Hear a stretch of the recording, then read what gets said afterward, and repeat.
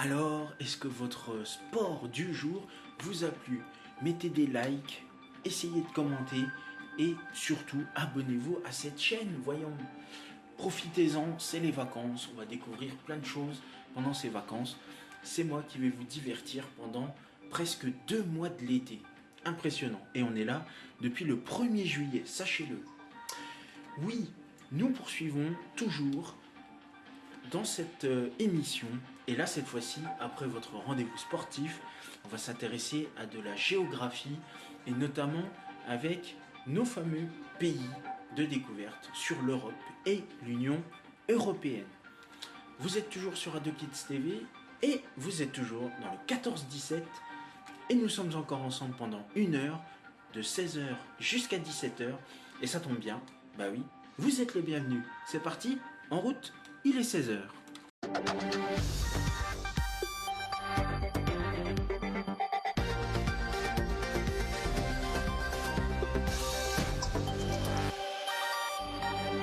Et c'est ainsi, Madame, Monsieur, bonjour, bienvenue sur le plateau du 7 et vous regardez le 14-17, le premier grand rendez-vous d'animation de la journée. Yeah! Je vous souhaite une bonne vision et nous, on se retrouve à la fin forcément pour conclure.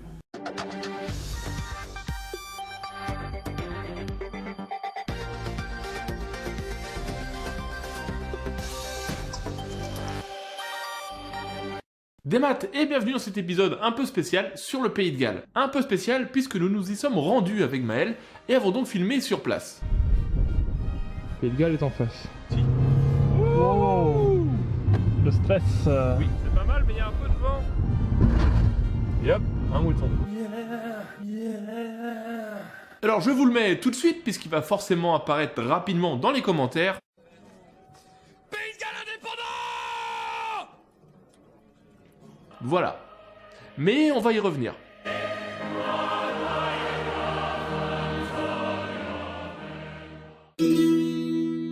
Alors je vais découper cette vidéo en 4 parties. Géographie, où c'est que c'est le Pays de Galles. Histoire générale. Un long développement sur la révolte d'Owen Glendour. Et enfin, la culture galloise aujourd'hui. Petit point avant d'y aller, je ne parle pas gallois. Donc je vais forcément écorcher des noms de lieux et de personnages. Donc si vous êtes locuteur, n'hésitez pas à utiliser l'espace commentaire pour me reprendre. C'est également fait pour ça. Merci de votre compréhension. Maintenant, on peut y aller. Parce que tout le monde ne sait pas où il se situe, on va commencer par le commencement. Le Pays de Galles est une nation du Royaume-Uni située à l'ouest de l'île. Il a une seule frontière avec l'Angleterre et est entouré de la mer d'Irlande, ce qui lui fait plus de 1200 km de littoral. La zone la plus habitée est le sud du pays, principalement le long de la côte. Sa capitale, Cardiff, compte 315 000 habitants et c'est le centre politique où se trouve l'Assemblée galloise, le gouvernement gallois et le stade de rugby.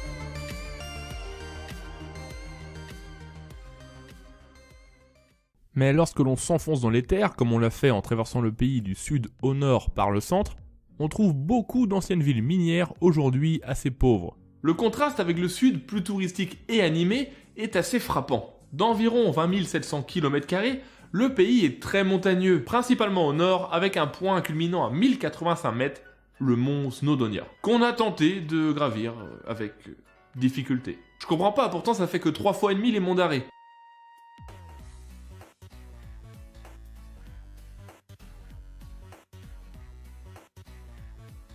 Il y a du vent, ça bouge.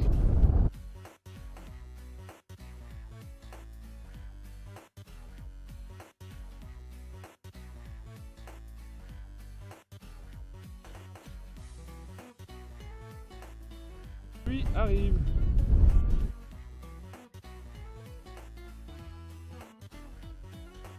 Et voilà, on est au sommet. Sacré point de vue. Non, on n'est pas au sommet encore. On n'y arrivera jamais.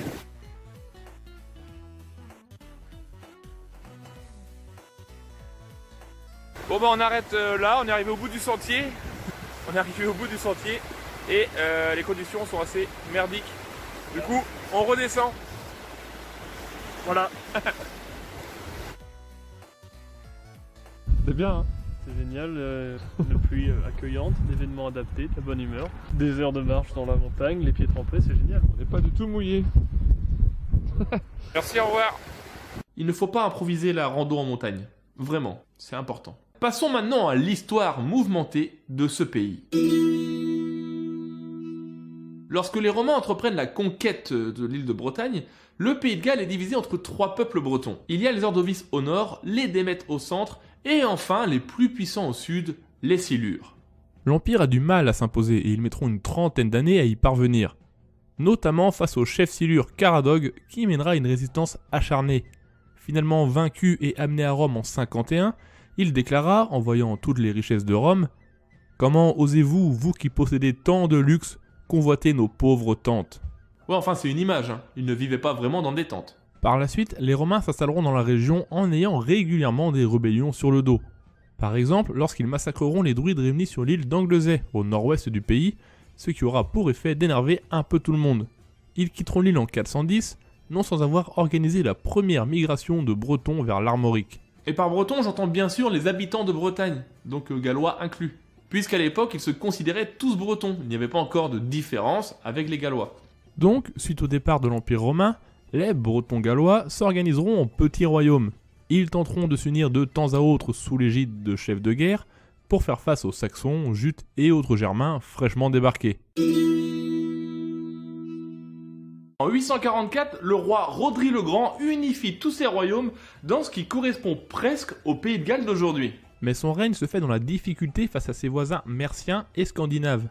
Il meurt en 878 et ses fils divisent le royaume en 3 royaumes distincts. En 920, le petit-fils de Rodri, Hywel le Bon, réussit à recréer le royaume de son grand-père et à unifier le pays. Il frappe sa monnaie, prend le titre de roi et codifie le droit gallois dans un manuscrit connu sous le nom des lois d'Hywel. Mais à sa mort, le royaume est une nouvelle fois divisé en 3. Il faut attendre 1055 pour que le royaume soit de nouveau réunifié, et cette fois avec les frontières exactes d'aujourd'hui. C'est le roi Griffith ap Llywelyn, Griffith fils de Llywelyn, Ouais, je réutilise le même enregistrement, c'est plus simple, je l'ai réussi une fois, je le garde. un descendant de Rodri le Grand qui unifie tout ce beau monde. Menant régulièrement des raids de l'autre côté de la frontière, il rentrera en conflit avec le roi saxon Harold Godwinson. C'est le fameux Harold qui perdra contre Guillaume le Conquérant. Bah suivez aussi. Mais Llywelyn est assassiné par ses hommes et le royaume est à nouveau divisé. Puis arrive Guillaume le Bâtard, nouvellement le Conquérant après sa victoire sur Harold. Rapidement, il décide de soumettre les Gallois et d'unifier toute l'île sous son règne. Il crée dans un premier temps les marches galloises afin de contenir les téméraires gallois, avant d'attaquer sérieusement les différents royaumes. En 1093, il semble avoir réussi à maîtriser l'intégralité du territoire. Sauf que ça va pas durer longtemps. Puisque la même année, Griffith ap Cynan, le roi de Gwynedd, un des plus puissants royaumes gallois, s'échappe de prison. Il réunit des hommes et reprend le combat. En s'alliant avec le roi de Norvège, Magnus III, il arrive à repousser les Normands. En 1114, le plus jeune fils de Guillaume, Henri Ier, revient avec une armée et Griffith accepte de lui prêter hommage, stabilisant ainsi son pouvoir. Mais en 1136, sa fille est tuée par une attaque normande et Griffith reprend les hostilités.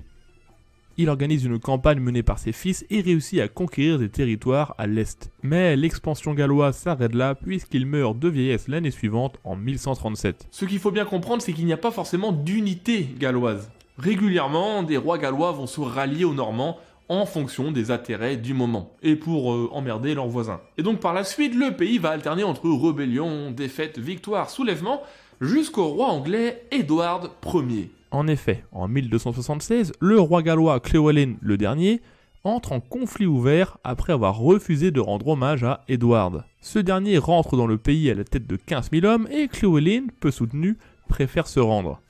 Son territoire est considérablement réduit, mais Édouard lui laisse son titre de prince de Galles et met en place le droit anglais. Ce qui ne va pas plaire aux Gallois, évidemment, et notamment à Dafydd ap Griffith, le frère de Llywelyn. En 1282, la guerre éclate et se solde un an plus tard par la défaite des Gallois. Cléwellyn le dernier trouve la mort lors de la bataille d'Orowin Bridge et son frère est exécuté. Plusieurs révoltes éclateront durant les années suivantes, menées notamment par un de leurs cousins, mais il sera vaincu et passera le restant de ses jours emprisonné à Londres. C'en est fini de l'indépendance galloise. La principauté de Galles est unie au royaume anglais, le droit anglais y fait loi, et le fils d'Édouard, sobrement nommé Édouard II, héritera du titre de prince de Galles. Tradition qui perdure toujours. Et c'est l'occasion pour moi de vous montrer des images du château de Caerphilly, un des châteaux qui fut assiégé pendant toutes ces révoltes, et notamment par Madog, le cousin des deux autres, qui a fini emprisonné.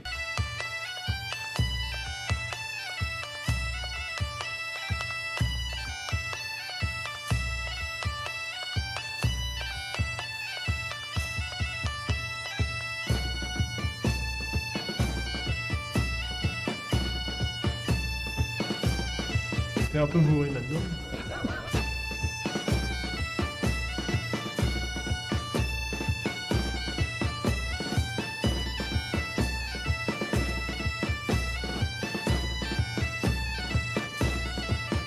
Effectivement, les couleurs qu'on peut voir sur les meubles, il y avait beaucoup d'utilisation des couleurs au Moyen-Âge.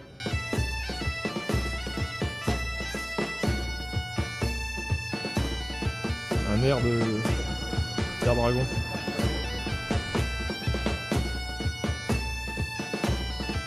Et cette tour est appelée la tour de Pise galloise, de par son penchant à tomber par terre. Sais-tu. Plusieurs révoltes éclateront tout au long du XIVe siècle, mais elles ne dureront jamais bien longtemps et seront réprimandées avec violence. Mais en 1400, une dernière tentative de recouvrer l'indépendance fait trembler le pouvoir anglais. Et elle fut menée par le dernier prince de Galles, Owen Glendour. Ça s'écrit comme ça.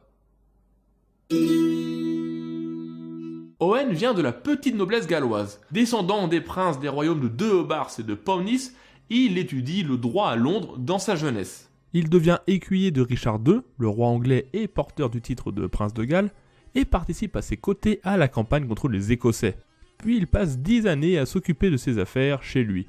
Mais en 1399, Richard II est renversé par Henri IV, qui fait probablement exécuter son prédécesseur. Sauf que les Gallois et Owen soutiennent Richard. Donc ils commencent à manifester leur mécontentement. Mais ce qui va mettre le feu aux poudres et embraser le pays commence par une querelle de voisinage. En effet, les terres voisines de celles d'Owen sont sous la possession du baron Reginald Grey de Ruthin, un Anglais profondément anti-gallois.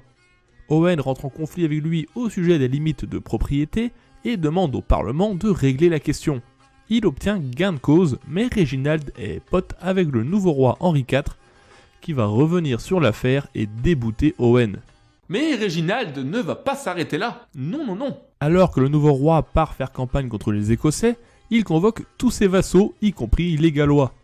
Mais Reginald va faire en sorte que la convocation n'arrive jamais chez Owen.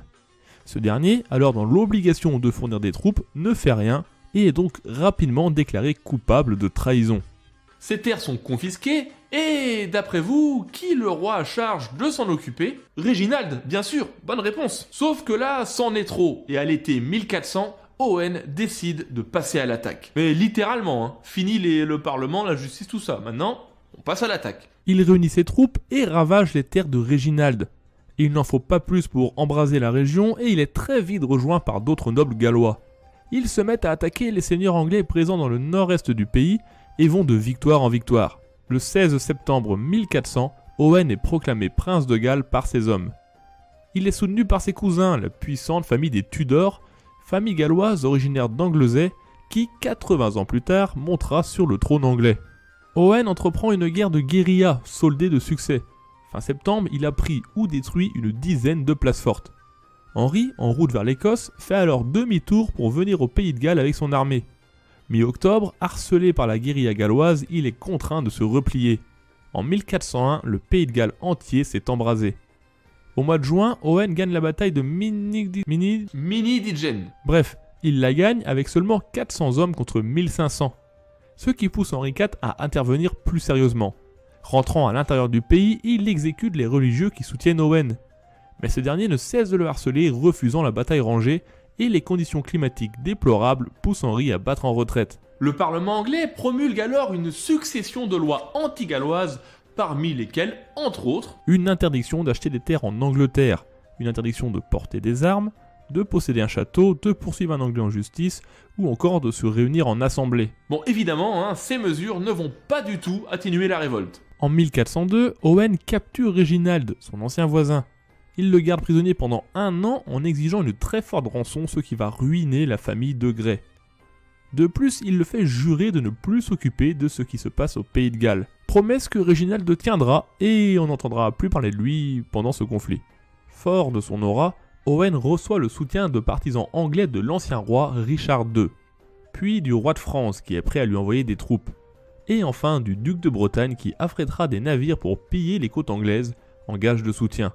En 1404, Owen s'empare du château de Harlair, où il décide d'établir sa cour.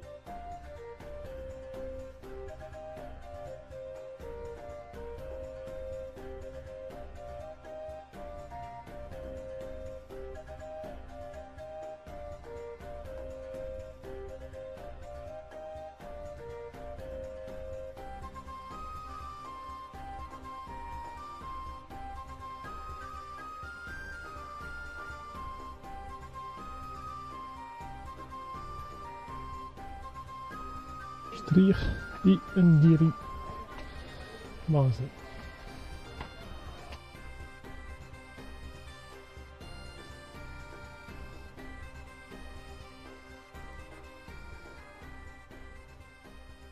La même année, il tient son premier parlement à Marienlyst. J'arriverai pas à celui-là. En tout cas, on a pu le visiter. C'est là qu'il est officiellement couronné prince de Galles par l'Assemblée galloise. Il annonce le retour au droit gallois, une église galloise autonome et la création de 2 universités galloises.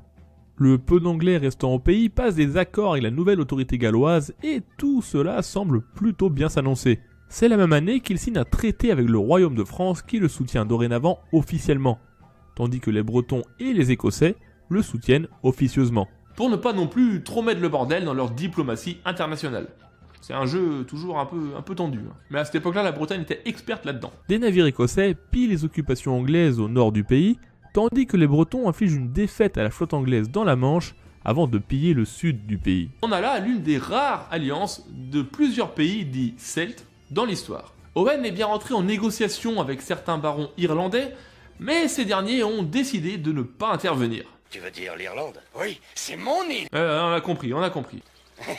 En 1405, plus de 2800 chevaliers et soldats du royaume de France et du duché de Bretagne, menés par le breton Jean de Rieux, débarquent à l'ouest du pays de Galles. S'associant à l'armée galloise, ils prennent des places fortes avant de se diriger vers l'Angleterre. Henri établit son armée à côté de Worcester et bientôt les 2 armées se font face. Il s'agit de l'étrange confrontation de Woodbury Hill. Étrange car chaque jour les 2 armées se préparent au combat, se mettent en place l'une en face de l'autre, mais sans jamais engager le combat. Au bout de 8 jours, les 2 armées battent en retraite et les Gallois rentrent au pays sans que les Anglais ne les poursuivent. L'armée franco-bretonne est dissoute et chacun rentre chez soi. Et après cet étrange événement, c'est le début de la fin pour la révolte galloise. En 1406, Henri IV fait savoir qu'il s'engagera dorénavant dans une guerre totale. Lors d'une bataille, un des frères d'Owen est tué et son fils est capturé. Il mourra à la Tour de Londres plus tard. Le roi fait également décapiter 300 prisonniers devant le siège d'un château, histoire de bien intimider les Gallois. Il fait revenir des troupes stationnées en Irlande pour faire pression de part et d'autre du pays de Galles. Il arrive à reprendre l'avantage en mer, bloquant l'arrivage d'armes des soutiens gallois. Soutiens qui s'éloignent progressivement ayant des affaires internes à régler. La répression envers les Gallois commence à porter ses fruits. À partir de 1407, des nobles et des groupes d'hommes viennent spontanément vers les Anglais pour se rendre. Owen tente de retrouver le soutien français, écossais et breton, mais plus personne n'a les moyens ou la volonté de lui apporter de l'aide. Et voyant le vent tourner, il préfère probablement ne pas prendre trop de risques, soyons honnêtes. En 1409, le château d'Harlair est pris par les Anglais qui capturent au passage la femme et 2 filles du prince de Galles. Elles mourront à la Tour de Londres. Malgré tout, Owen continue tant bien que mal sa guerre de guérilla, de plus en plus isolée. En 1410, il tente un raid avec ses derniers soutiens, ses plus proches hommes. Le raid tourne mal et une grande partie est capturée. Ses meilleurs capitaines sont écartelés ou décapités, leurs membres exposés aux quatre coins du pays. En 1412, Owen réussit à capturer Dafydd Gam, un des plus proches soutiens gallois du roi anglais. Il le libère contre rançon afin de renflouer les caisses de sa guérilla. Il s'agit de la dernière fois qu'Owen est aperçu vivant par ses ennemis. Mais il reste encore actif, se cachant dans la région de Snowdonia, les montagnes galloises. Les fameuses montagnes galloises. En 1413, Henri IV meurt et son fils Henri V devient roi. Ce dernier offre des pardons royaux aux Gallois encore récalcitrants, ce qui laisse Owen quasiment seul. En 1415, le roi anglais offre le pardon royal à Owen Glendour, négociant avec un de ses fils, puisque le prince de Galles ne prend pas le risque de se montrer. Mais Owen et son fils refusent le pardon royal. Il s'agit de la dernière fois que l'on entendit parler d'Owen Glendour, dernier prince de Galles et leader de la guerre d'indépendance galloise. Son fils finira par accepter le pardon royal en 1421, ce qui signifie qu'Owen était probablement mort quelque part dans les montagnes. Par la suite, le contrôle anglais est total sur ce pays ruiné par la guerre. Beaucoup de places fortes sont en ruine, les fermes laissées à l'abandon, les grandes familles galloises disparues. Les lois anti-galloises ont toujours cours, en plus sévères. Il est par exemple interdit à un Gallois de se marier avec une Anglaise, ni d'avoir des fonctions proches de la couronne anglaise. Ces lois seront adoucies en 1500 sous le règne du roi Henri VII, plus connu sous le nom d'Henri Tudor, issu d'une vieille famille galloise. En 1536, son fils Henri VIII proclame l'acte d'union, qui annexe définitivement le pays de Galles à l'Angleterre. Les Gallois ont dorénavant les mêmes droits que les Anglais, si ce n'est que leur langue est bannie des documents officiels et que ce qui pouvait encore subsister de leur système juridique est aboli. Par la suite, il n'y eut pas de troubles lors de la Réforme au milieu du XVIe siècle, les Gallois acceptant le protestantisme sans difficulté. La langue et la culture galloise, cependant, tombèrent en le déclin et survit essentiellement dans les affaires religieuses. À partir du XIXe siècle, la découverte de mines de houille dans le sud, plus communément appelé charbon, propulsa l'économie du pays dans une période prospère.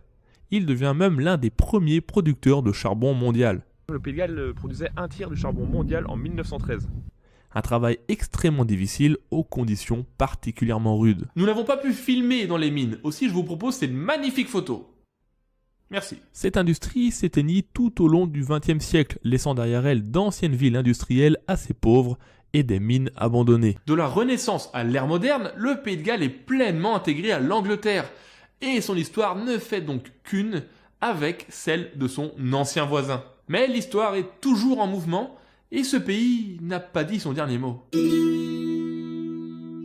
Comme pour la Bretagne, une renaissance de la culture et de la langue galloise s'initia vers le milieu du XIXe siècle. L'hymne national non officiel, le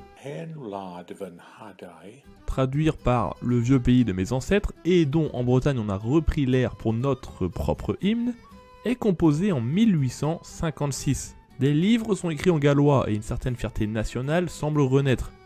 Je rappelle que la langue galloise est une langue de la famille des langues celtiques et de la branche brittonique, comme le cornique et le breton. On retrouve certains mots ou constructions avec la langue bretonne, mais à l'écrit, ça n'a plus grand chose à voir. En 1819, l'Echtefold est remis au goût du jour, et un Echtefold national est organisé chaque année depuis.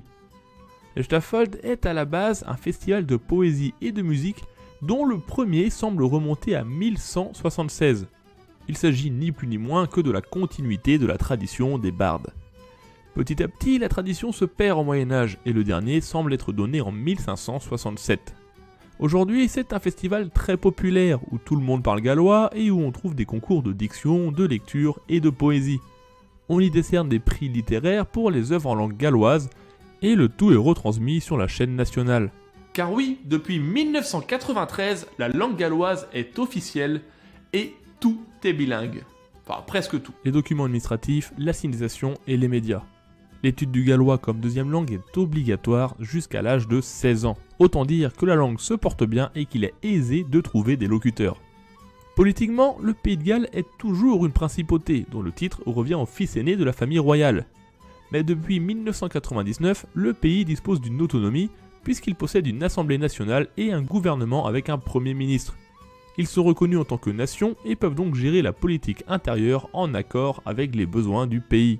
Ce qui est plutôt pratique, n'est-ce pas? Quant à la question du début, à savoir... Eh bien on a pu le voir qu'il le fut à travers de son histoire compliquée, et aujourd'hui il y a approximativement 10% de la population favorable à l'indépendance. Mais bien plus à un accroissement du pouvoir local. Une forte autonomie quoi. Toujours est-il que c'est un pays fascinant avec une histoire et une culture forte qui a su s'adapter pour survivre et ce malgré toutes les difficultés à laquelle il a dû faire face. Et ça, c'est un bel exemple. Sais-tu avec dar fichedonnement et j'espère sincèrement que vous êtes arrivés jusqu'au bout de cette longue vidéo. Honnêtement, je savais pas trop comment construire cette vidéo ayant énormément de choses à dire. Tiens, il pleut, on se croirait au Pays de Galles. Donc c'est normal si je n'ai pas parlé de telle ou telle chose, hein. J'ai dû voilà, faire des choix forcément. Pour bien faire, il faudrait faire une chaîne YouTube entièrement sur le Pays de Galles, mais j'ai déjà suffisamment de travail avec la Bretagne. En tout cas, merci d'avoir regardé cette vidéo. N'hésitez pas à la partager autour de vous sur les réseaux sociaux, voilà, un peu partout, à commenter en dessous, à mettre un pouce bleu ou un pouce rouge si vous êtes anglais. Et sinon, vous pouvez également me soutenir sur Tipeee. Comme ça, je pourrais me rendre dans les autres pays celtes pour vous les présenter. Bah ça va, il y en a que 6. En enlevant la Bretagne et le Pays de Galles, il reste plus que 4. Ça va, n'hésitez pas. Et sur ce, je vous dis, Trugaré à Kenavo.